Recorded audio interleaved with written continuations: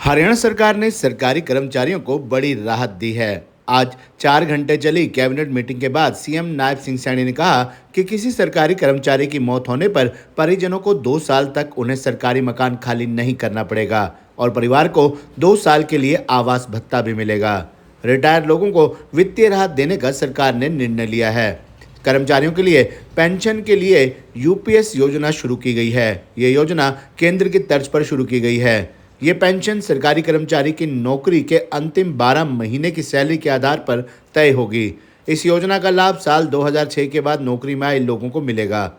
हरियाणा के सीएम नायब सिंह सैनी ने कहा कि एंटी करप्शन ब्यूरो का नाम बदलकर राज्य सतर्कता एवं भ्रष्टाचार निरोधक ब्यूरो किया गया है। इसकी मंजूरी कैबिनेट ने दी है। इसके अलावा कैबिनेट ने एचसीएस अधिकारी अश्विनी कुमार को जबरन रिटायर करने का फैसला लिया है। इस अधिकारी पर भ्रष्टाचार के आरोप हैं।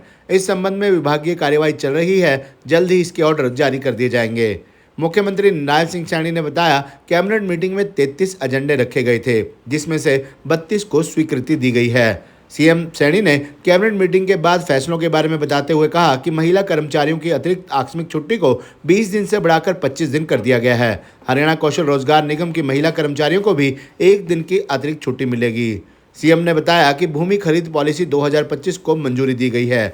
विकास परियोजनाओं के लिए सरकारी विभागों, बोर्डों एवं निगमों तथा सरकारी कंपनियों को स्वेच्छा से दी जाने वाली भूमि खरीद नीति 2025 को मंजूरी मिली है।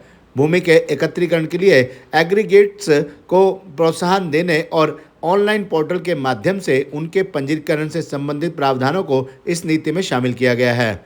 सीएम ने कहा कि भूमि मालिक अपनी भूमि की पेशकश करके और उसकी अधिकतम मूल्य प्राप्त कर सकते हैं। भूमि मालिक अपने हिस्से को आंशिक या पूर्ण रूप से बेच सकता है, जिसका पहले की नीति में प्रावधान नहीं था। सड़क परियोजनाओं के लिए भूमि अधिग्रहण भी किया जाएगा। इसके लिए NHAI मॉडल को अपनाने पर विचार किया जाएगा। इसके अलावा प्रस्तावित भूमि पर 5 क्रम का पहुंच मार्ग अप्रोच रोड सुनिश्चित करने का प्रावधान किया गया है। एग्रीगेटर को सुविधा शुल्क कुल लेन देन लागत का 1% और 2 किस्तों में दिया जाएगा। एग्रीगेटर को 70% या उससे अधिक जमीन इकट्ठा करने पर 1,000 रुपये से 3,000 रुपये प्रति एकड़ प्रोत्साहन राशि दी जाएगी।